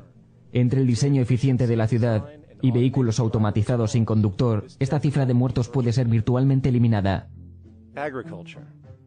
Hoy en día, gracias a nuestros caóticos métodos para reducir costos industriales utilizando pesticidas, fertilizantes excesivos y muchos medios, hemos destruido exitosamente mucha de la tierra cultivable en el planeta, sin mencionar también la extensa intoxicación de nuestros cuerpos. De hecho, ahora toxinas químicas industriales y agrícolas aparecen en casi todos los seres humanos examinados, incluyendo a los bebés. Afortunadamente hay alternativas deslumbrantes. Los métodos sin tierra de la hidroponía y aeroponía, que también reducen los requerimientos de nutrientes y agua hasta en un 75% de nuestro consumo actual. Los alimentos pueden ahora ser cultivados orgánicamente a escala industrial, en cerradas granjas verticales, tal como en 50 pisos de solares de un acre, virtualmente eliminando la necesidad de pesticidas e hidrocarburos en general. Este es el futuro del cultivo industrial de alimentos, eficiente, limpio y abundante. Así, tales sistemas avanzados serían en parte los que compondrían nuestro cinturón agrícola, produciendo todo el alimento necesario para toda la población de la ciudad, sin necesidad de importar nada del exterior, ahorrando tiempo, desperdicio y energía. Y hablando de energía, el cinturón energético funcionaría en un enfoque sistémico para extraer electricidad de nuestros abundantes medios renovables, específicamente del potencial eólico, solar, geotérmico, de calor diferencial y, si hay agua cerca, maremotriz y undimotriz, para evitar la intermitencia y asegurar un retomo positivo de energía neta. Estos medios operarían en un sistema integrado, abasteciéndose mutuamente cuando fuera necesario y almacenando excedentes de energía en grandes supercondensadores bajo tierra, de modo que nada pueda ser desperdiciado. Y no solo la ciudad se autoabastece de energía, también estructuras específicas se abastecerán independientemente, generando electricidad a través de pinturas fotovoltaicas, transductores de presión estructurales, el efecto termopar y otras tecnologías vigentes pero apenas utilizadas. Pero por supuesto esto plantea la pregunta, para empezar, ¿cómo se crea esta tecnología y los bienes en general? Esto nos lleva a la producción. El cinturón industrial, además de tener hospitales y similares, sería el centro de la producción fabril. Completamente localizado en conjunto, obtendría desde luego materias primas por medio del sistema global de gestión de recursos recién presentado. con la demanda siendo generada por la propia población de la ciudad. En cuanto a la mecánica de producción, necesitamos abordar un nuevo y poderoso fenómeno que se desató hace muy poco en la historia humana y que está en vías de cambiarlo todo. Se llama mecanización o automatización del trabajo. Bien, si ves a tu alrededor te darás cuenta de que casi todo lo que usamos hoy en día se fabrica automáticamente. Tus zapatos, tu ropa, tus electrodomésticos, tu coche, etc. Se fabrican con máquinas de modo automático. Podemos decir que la sociedad no ha sido influenciada por estos importantes avances tecnológicos. Por supuesto que no. Estos sistemas en realidad imponen nuevas estructuras y necesidades y hacen que muchas otras cosas se vuelvan obsoletas. Así que hemos crecido en el desarrollo y uso de la tecnología de una manera exponencial. Y definitivamente la automatización va a continuar. No puedes detener la automatización, ni las tecnologías que simplemente tienen sentido. La automatización del trabajo a través de la tecnología es la base de cada importante transformación social en la historia de la humanidad. Desde la revolución agrícola y la invención del arado, a la revolución industrial y la invención de la máquina motorizada, hasta la era de la informática en la que vivimos ahora fundamentalmente, a través de la invención de la electrónica de avanzada y de los ordenadores. Y con respecto a los métodos actuales de producción de avanzada, la mecanización está evolucionando ahora por sí sola, alejándose del método tradicional de montar las piezas dentro de una configuración, hacia un método avanzado de crear productos enteros en un único proceso. Al igual que muchos ingenieros, me fascina la biología porque está llena de ejemplos de piezas de ingeniería extraordinarias. ¿Qué es la biología? Es el estudio de las cosas que se copian a sí mismas. La mejor definición de la vida que hemos logrado. Repito, como ingeniero, siempre he estado intrigado con la idea de las máquinas que se copian a sí mismas. RepRap es una impresora tridimensional, es decir, que es una impresora que conectas a tu ordenador y en lugar de hacer diseños bidimensionales en hojas de papel, hace objetos reales, físicos y tridimensionales. No es nada nuevo. Las impresoras 3D existen desde hace aproximadamente 30 años. Lo más importante acerca de RepRap es que imprime la mayoría de sus partes. Entonces, si tienes una, podrías hacer otra y dársela a un amigo, como también podría imprimir muchas otras cosas útiles. Desde la simple impresión de enseres básicos de la casa, hasta la impresión del cuerpo entero de un automóvil de una sola vez. La impresión moderna y automatizada en 3D tiene el potencial de prácticamente transformar cada área de producción, incluyendo la construcción de viviendas. El sistema de contour graphing es realmente una tecnología de fabricación, la así llamada impresión en 3D, y es cuando directamente se construye objetos 3D desde un modelo computarizado.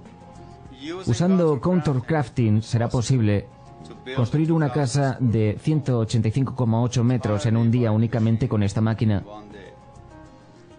La razón por la cual las personas están interesadas en automatizar la construcción es porque realmente brinda muchos beneficios. Por ejemplo, la construcción es un trabajo bastante intenso y aunque prevé de trabajo a un sector de la sociedad, también presenta problemas y complicaciones. Por ejemplo, la construcción es el trabajo más peligroso que existe. Es peor que la minería y la agricultura. Tiene el nivel más alto de fatalidad en casi todos los países. Otro problema es el desperdicio.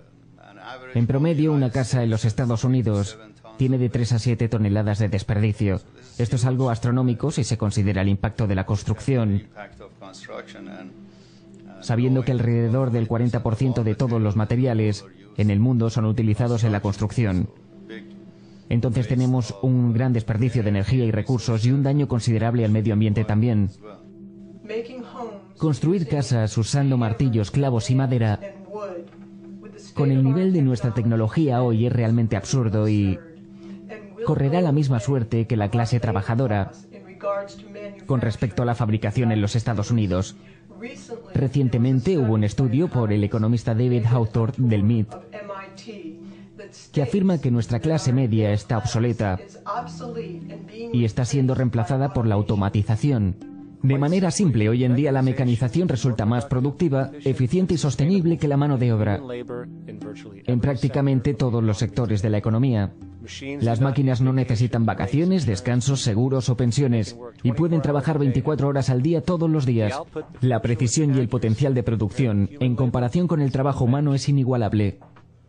En resumen, el trabajo humano repetitivo se está volviendo obsoleto y poco práctico en todo el mundo, y el desempleo que ves hoy a tu alrededor es fundamentalmente el resultado de esta, sí, de la evolución de la eficiencia en la tecnología. Durante años los economistas del mercado han descartado este patrón de crecimiento que se podría llamar desempleo tecnológico, por el hecho de que nuevos sectores siempre parecían emerger para reabsorber a los trabajadores desplazados. Hoy el sector servicios es el único foco de actividad restante y actualmente emplea el 80% de los trabajadores en Estados Unidos, con la mayoría de los países industrializados presentando una proporción similar. Sin embargo, este sector está ahora siendo desafiado cada vez más por kioscos automatizados, restaurantes automatizados e incluso tiendas automatizadas. Hoy finalmente los economistas están reconociendo lo que han estado negando durante años. No solo el desempleo tecnológico está agravando la presente crisis laboral, causada por la caída de la economía global, sino que cuanto más profundiza la recesión, más rápido se mecaniza la industria. La trampa, que no se ha comprendido, es que cuanto más rápido se mecanizan para ahorrar dinero, más desplazan a la gente y más reducen el poder adquisitivo del público. Esto quiere decir que mientras la corporación puede producir todo más barato, cada vez menos personas tendrán dinero para comprar casas, sin importar lo baratas que sean. Esto implica que el juego del trabajo por ingresos llega lentamente a su fin. De hecho, si tomas un momento para reflexionar acerca de los trabajos que existen hoy, que podrían ser absorbidos ya mismo por la automatización, si se aplicara el 75% de la mano de obra global podría ser reemplazada por la mecanización mañana mismo. Y esto es porque en una economía basada en recursos no hay un sistema monetario de mercado. No existe el dinero en absoluto, porque no hay necesidad. Una economía basada en recursos reconoce la eficiencia de la mecanización y acepta por lo que ofrece, no la combate como lo hacemos actualmente. ¿Por qué? Porque es irresponsable no hacerlo, dado cualquier interés en eficiencia y sostenibilidad. Y esto nos trae de vuelta a nuestro sistema urbano. En el centro, esta cúpula central, la cual no solo alberga los complejos educativos y la central de transportación, también aloja la unidad central, que ejecuta las operaciones técnicas de las ciudades. La ciudad es de hecho una gran máquina automatizada. Tiene sensores en todos los cinturones técnicos para monitorizar el progreso agrícola, de recolección energética, producción, distribución y similares. Ahora bien, ¿serían necesarias las personas para supervisar esas operaciones en caso de mal funcionamiento o similar? Lo más probable es que sí, pero ese número se reduciría con el tiempo a medida que las mejoras continúen. Sin embargo, a partir de hoy tal vez el 3% de la población de una ciudad sería necesaria para este trabajo cuando lo desglosas, y te puedo asegurar que en un sistema económico que está verdaderamente diseñado para cuidarte y asegurar tu bienestar, sin tener que someterte a una dictadura privada a diario, usualmente a un trabajo que es técnicamente innecesario o inútil socialmente, mientras que a menudo se lucha con una deuda que no existe, solo para pagar los gastos, te garantizo que la gente ofrecerá voluntariamente su tiempo en todas direcciones para mantener y mejorar un sistema que en realidad cuida de ellos. Y junto con este asunto del incentivo, viene la suposición común que si no hay ninguna presión externa para que uno trabaje para vivir, la gente simplemente se quedaría sentada haciendo nada, convirtiéndose en una bola de grasa perezosa. Esto es un disparate. El sistema laboral que tenemos hoy en día es en realidad el generador de pereza, no una solución a ella. Si haces memoria de cuando eras un niño, lleno de vida, interesado en comprender cosas nuevas, probablemente creando y explorando, pero a medida que el tiempo pasó, el sistema te empujó hacia un objetivo de averiguar cómo generar dinero, y desde una educación temprana hasta los estudios universitarios estás limitado, solo para emerger como una criatura que sirve como una pieza más en el engranaje de un modelo que envía todos sus frutos al 1% que está en la cima. Ahora los estudios científicos han demostrado que efectivamente la gente no está motivada por las recompensas monetarias cuando se refiere al ingenio y la creación. La creación en sí es la recompensa. El dinero, de hecho, parece servir solo como un incentivo para acciones banales y repetitivas. Un papel que acabamos de mostrar puede ser reemplazado por una máquina. Cuando a innovación se refiere, el uso real de la mente humana, el incentivo monetario ha demostrado ser un obstáculo, interfiriendo y apartándose del pensamiento creativo. Y esto puede llegar a explicar por qué Nikola Tesla, los hermanos Wright y otros inventores que han contribuido masivamente a nuestro mundo actual nunca demostraron algún interés monetario para realizar sus inventos. El dinero es de hecho un incentivo falso y causa 100 veces más distorsión que contribución. Buenos días, alumnos. Por favor, siéntense. Lo primero que me gustaría hacer es dar una vuelta por el aula y preguntarle a cada uno qué le gustaría ser cuando crezcan. ¿Quién quiere responder primero? Bueno, ¿qué tal tú, Sara? Cuando crezca quiero trabajar en McDonald's como mi mamá. Oh, una tradición familiar, ¿cierto? ¿Qué tal tú, Linda? Cuando crezca, voy a ser una prostituta de las calles de Nueva York. Ah, chica con glamour. Muy ambiciosa. ¿Y tú, Tommy?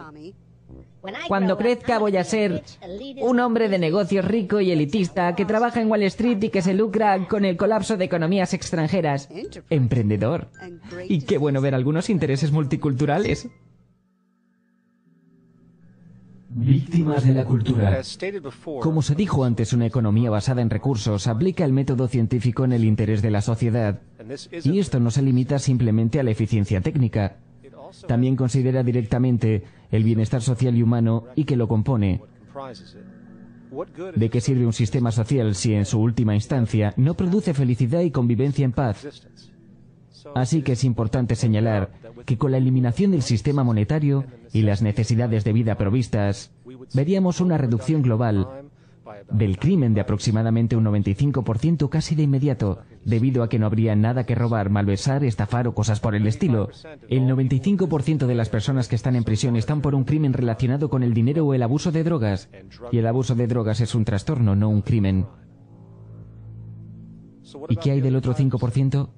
Los verdaderamente violentos, a menudo considerados por algunos como violentos por el solo hecho de ser violentos, ¿son simplemente personas malvadas?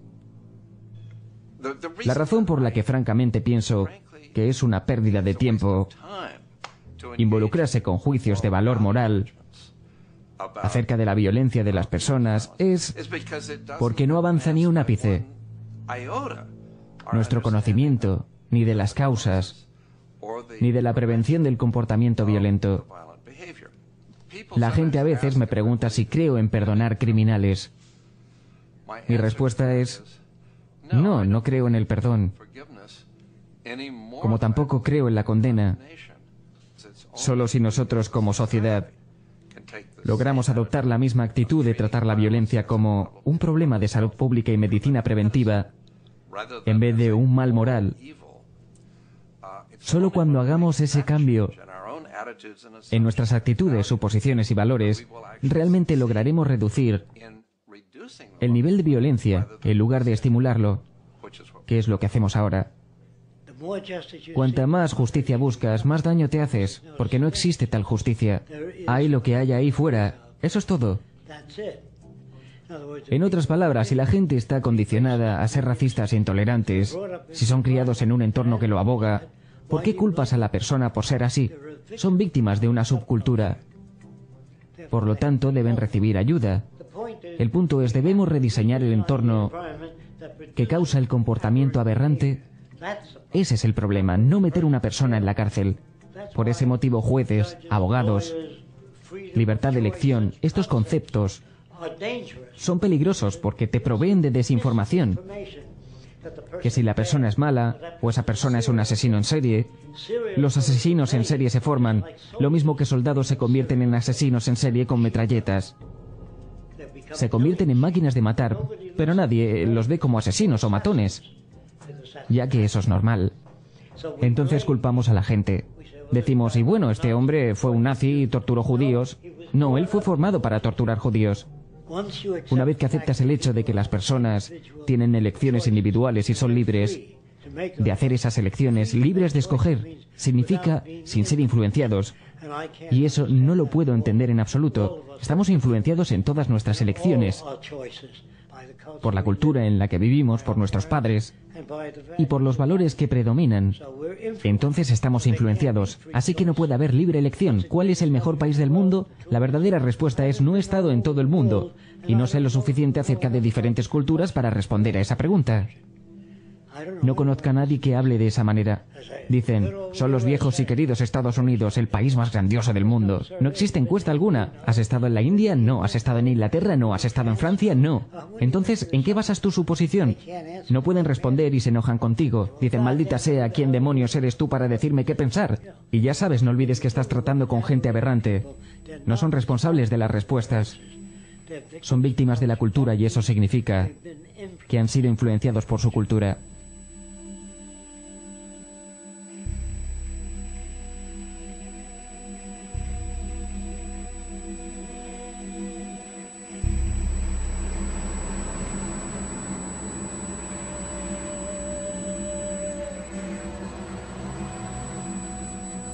Parte 4. Levantamiento.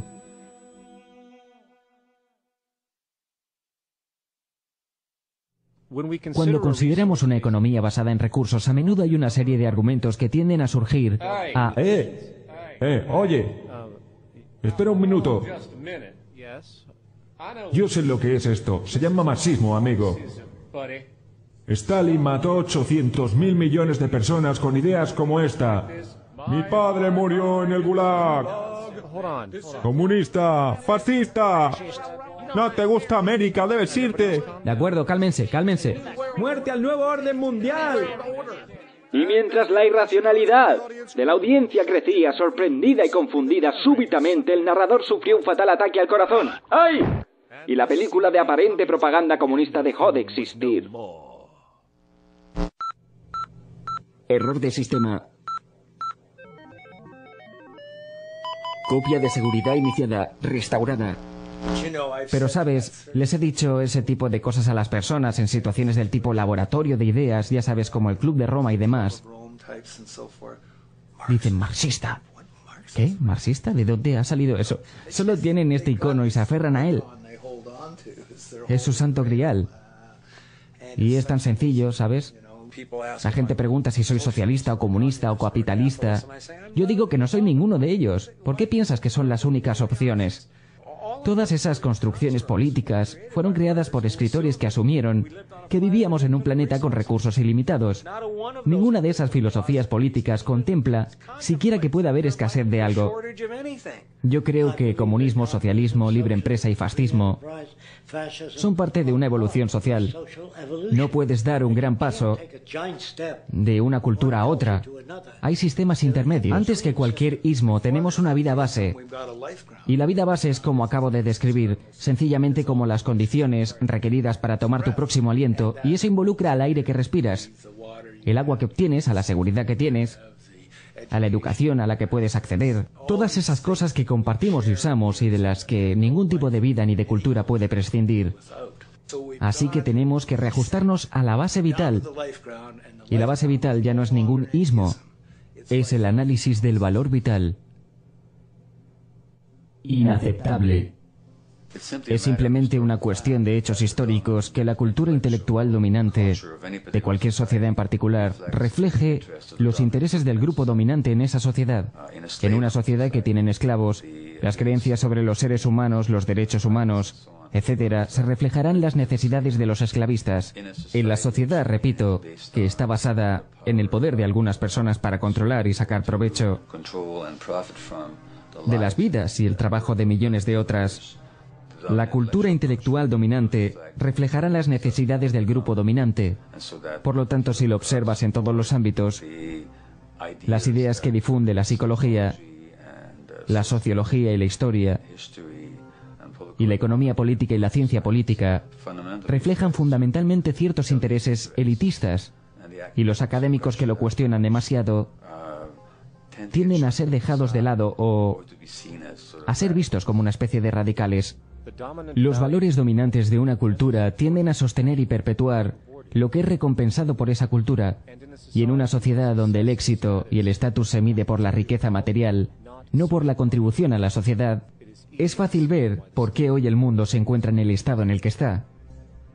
Estamos enfrentando un trastorno en el sistema de valores completamente desnaturalizado, donde la prioridad de la salud personal y social se ha vuelto secundaria a las naciones, perjudiciales de la riqueza artificial y el crecimiento ilimitado. Y como un virus, este trastorno se impregna en todas las facetas del gobierno, los medios de comunicación, el entretenimiento e incluso el ámbito académico. E incorporados en su estructura, hay mecanismos de protección frente a cualquier cosa que pueda interferir. Discípulos de la religión del mercado monetario, los guardianes autoproclamados del status quo, buscan constantemente maneras de evitar cualquier tipo de pensamiento que pueda interferir en sus creencias. Las más comunes de ellas son las dualidades proyectadas. Si no eres republicano, debes ser demócrata. Si no eres cristiano, podría ser satánico. Y si sientes que la sociedad se puede mejorar enormemente, considerar, quizás, no sé, ocuparse de todas las personas, eres un utopista. Y la más insidiosa de todas, si no estás a favor del libre mercado, seguramente estás en contra de la libertad en sí. Yo soy un creyente de la libertad. Cada vez que escuches la palabra libertad dicha en cualquier lugar, o injerencia del gobierno, dicha en cualquier lugar significa descodificada, bloqueo de la maximización de la conversión del dinero en más dinero para los poseedores de dinero privado. Eso es, todo lo demás que digan, oh, necesitamos más productos para la gente, oh, esto es libertad frente a la tiranía, etc. Cada vez que lo veas, lo puedes decodificar de esta manera y creo que encontrarás una correlación unívoca cada vez que lo usen. Y esto, en cierto sentido, lo podemos llamar una sintaxis reguladora de la comprensión y del valor. Así, esta sintaxis regula incluso sin que se den cuenta. De modo que pueden decir, oh, no fue mi intención en absoluto. Pero de hecho, eso es lo que hacen. Del mismo modo que utilizan una gramática y tienes reglas gramaticales que sigues, sin reconocer lo que son estas reglas. Y entonces lo que tenemos es lo que yo llamo la subyacente sintaxis dominante del valor, que lo subyace. Así pues, cada vez que utilicen estas palabras, injerencia del gobierno, falta de libertad o libertad, progreso, desarrollo, puedes decodificarlas todas para que vuelvan a significar aquello. Por supuesto, cuando escuchas la palabra libertad, tiende a aparecer en la misma frase algo llamado democracia. Es fascinante cómo la gente de hoy en día parece creer que ellos realmente tienen una influencia relevante en lo que hacen sus gobiernos, olvidándose que la verdadera naturaleza de nuestro sistema ofrece todo a la venta. El único voto que cuenta es el voto monetario, y no importa cuánto grite cualquier activista acerca de ética y responsabilidades. Es un sistema de mercado. Cada político, cada legislación y por consecuencia cada gobierno está a la venta. E inclusive con los 20 billones de dólares del rescate bancario, que comenzó en 2007, una cantidad de dinero que pudo haber cambiado, digamos, la infraestructura energética global, por métodos totalmente renovables, en lugar de haberlas dirigido a una serie de instituciones que literalmente no hacen nada para ayudar a la sociedad, instituciones que podrían ser eliminadas el día de mañana sin ningún recurso. El condicionamiento ciego de lo que la política y los políticos existen por el bien del pueblo aún continúa. El hecho es que la política es un negocio, nada diferente de cualquier otro en un sistema de mercado, y se preocupan por sus propios intereses antes que cualquier otra cosa. Honestamente, yo realmente no creo en la acción política. Yo creo que el sistema se contrae y se expande como él mismo lo requiere, él mismo acomoda estos cambios. Yo creo que el movimiento de los derechos civiles era un arreglo de parte de aquellos que son dueños del país. Yo creo que ven dónde se encuentran sus intereses personales, ven que cierta cantidad de libertad parece buena. Una ilusión de libertad, darles a esta gente un día para votar cada año, para que así tengan la ilusión de tener una elección insignificante que vayamos como esclavos y digamos, oh, he votado, los límites del debate en este país están establecidos. Antes de que el debate siquiera comience y todos los demás quedan al margen y se les hace parecer o comunistas o algún tipo de persona desleal. Un chiflado. Hay una palabra y ahora es conspiración. Mira, han hecho que sea algo que no debería ser considerado ni por un minuto. Que los poderosos puedan reunirse y tener un plan. Eso no pasa. Eres un chiflado, un aficionado a las conspiraciones. Y de todos los mecanismos de defensa de este sistema, hay dos que surgen repetidamente. El primero es la idea de que el sistema ha sido la causa del progreso material que hemos visto en este planeta. Pues no. Básicamente existen dos causas fundamentales que han creado el aumento de la llamada riqueza y del crecimiento de la población que vemos hoy en día.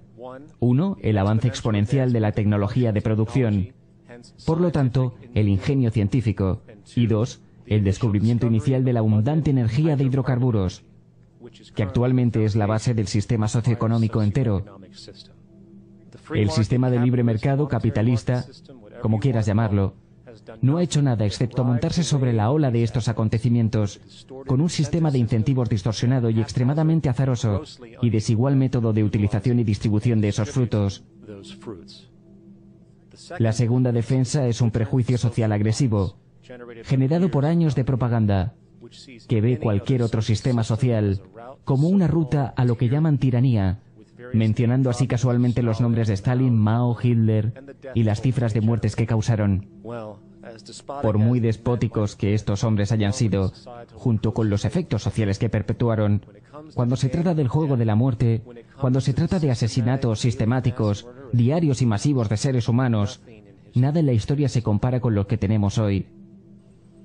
Hambrunas, al menos durante el último siglo de nuestra historia, no han sido causadas por la falta de alimento, han sido causadas por la relativa pobreza.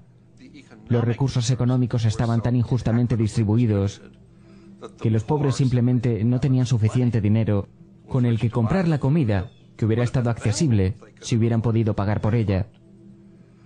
Este sería un ejemplo de violencia estructural. Otro ejemplo en África y otras áreas. Me enfocaré particularmente en África. Decenas de millones de personas están muriendo de SIDA. ¿Por qué están muriendo? No es porque no sepamos cómo tratar el SIDA. Tenemos millones de personas en los países ricos que lo llevan estupendamente bien porque tienen medicinas que tratan la enfermedad. Las personas de África, quienes mueren de SIDA, no están muriendo a causa del virus del VIH. Están muriendo porque no tienen el dinero con que pagar por las medicinas que los mantendrían con vida. Gandhi vio esto, dijo: la forma de violencia más mortal es la pobreza. Y es absolutamente cierto. La pobreza mata mucha más gente que todas las guerras de la historia. Más personas que todos los asesinos de la historia. Más que todos los suicidios de la historia. No solo la violencia estructural mata más gente que toda la violencia de comportamiento junta. La violencia estructural es también la mayor causa de la violencia de comportamiento. Más allá del cenit. El petróleo es la base de,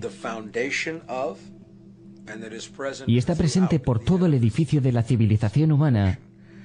Hay 10 calorías de energía de hidrocarburos, petróleo y gas natural en cada caloría de comida que tú y yo comemos en el mundo industrializado. Los fertilizantes se hacen a partir de gas natural, los pesticidas se hacen con petróleo, manejas máquinas propulsadas por petróleo para plantar, para transportar, empaquetar, envuelves la comida en plástico, eso es petróleo, todo el plástico es petróleo.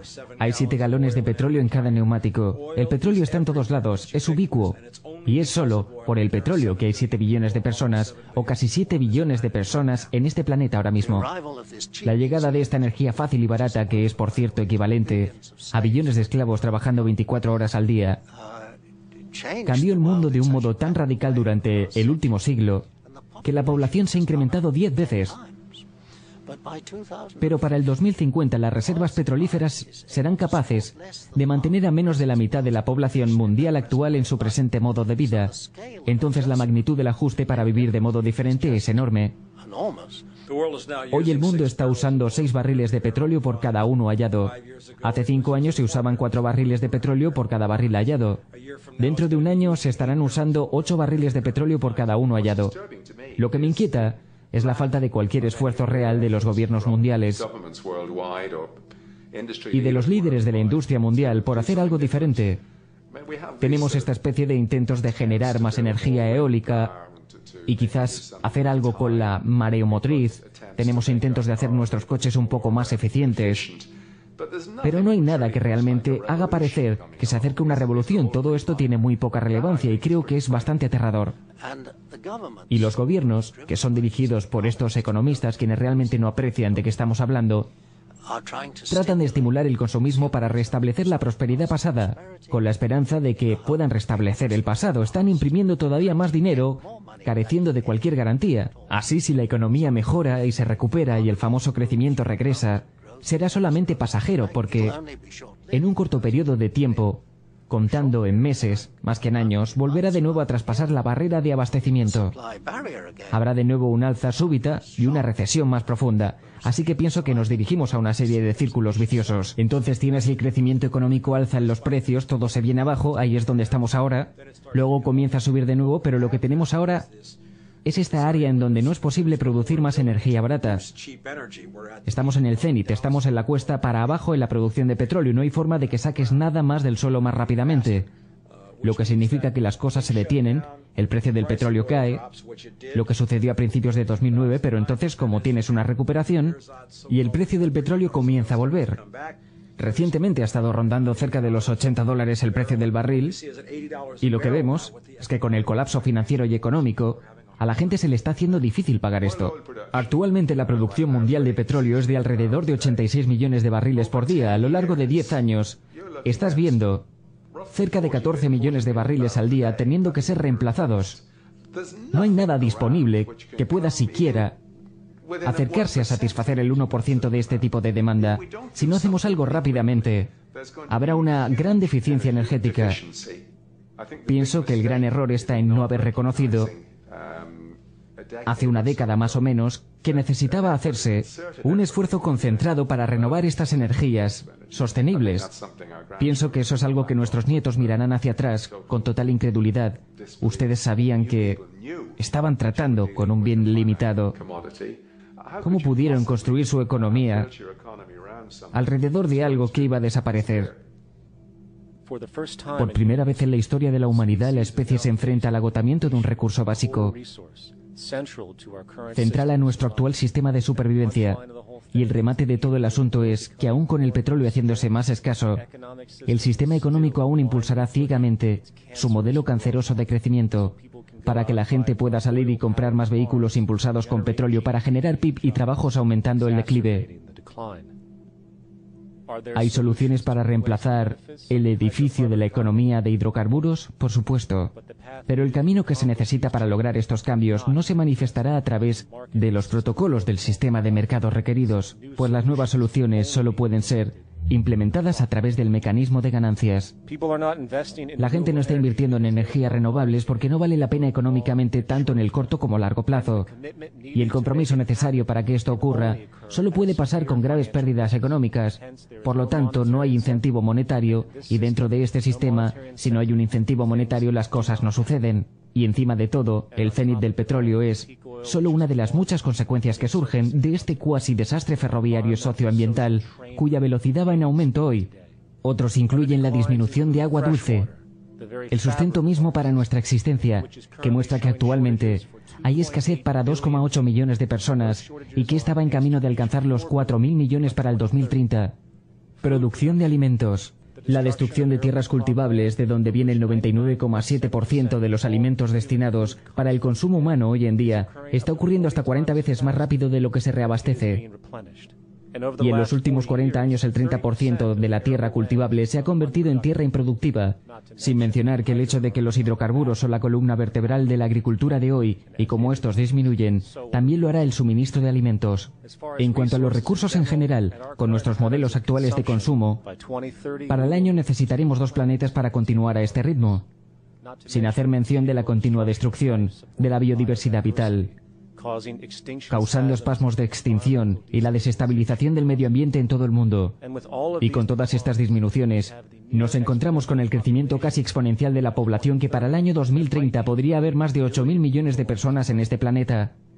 Solo la producción de energía tendría que aumentar un 44% en 2030 para satisfacer dicha demanda. Y de nuevo, ya que el dinero es el único promotor de la acción, ¿vamos a esperar que algún país de este planeta vaya a ser capaz de costear los enormes cambios necesarios para revolucionar la agricultura, el tratamiento de aguas, la producción de energía, etcétera? Cuando la deuda global es un esquema de pirámide que lentamente está deteniendo al mundo entero, sin mencionar el hecho de que el desempleo que ves hoy en día se va a convertir en normal, por la naturaleza del desempleo tecnológico, los trabajos no van a volver. Y finalmente, una amplia perspectiva social. Desde 1970 hasta 2010, la pobreza en este planeta se duplicó a raíz de este sistema. Y dado nuestro actual estado, ¿crees honestamente que verás algo menos que más duplicación, más sufrimiento y más hambruna? El comienzo. No va a haber ninguna recuperación. Esta no es una larga depresión de la que algún día vamos a salir. Yo pienso que la próxima fase que vamos a ver después de la siguiente ronda de colapsos económicos es inquietud civil en masa, cuando los cheques de desempleo dejen de ser pagados porque los estados no tienen más dinero. Y cuando las cosas se tornen más mal, que la gente pierda confianza en sus líderes electos y demanden un cambio. Si no nos matamos unos a otros en ese proceso, o destruimos el medio ambiente, tengo miedo de que lleguemos al punto de no retorno. Y eso me preocupa sin cesar. Hacemos todo lo que podemos para evitar esa condición. Es claro que estamos al borde de una gran transición de la vida humana. Es a lo que nos enfrentamos ahora. Es un cambio fundamental en la vida que hemos conocido durante el siglo pasado. Tiene que haber una relación entre la economía y los recursos de este planeta. Los recursos son, por supuesto, la vida animal y vegetal, la salud de los océanos y todo lo demás. Este es un paradigma monetario que no parará hasta que no haya matado al último ser humano. El endogrupo hará lo que sea para permanecer en el poder. Y eso es lo que debes tener en mente. Usarán el ejército y la marina y mentiras o lo que haga falta para seguir en el poder. No renunciarán al poder porque no conocen ningún otro sistema que permita perpetuar a los de su clase.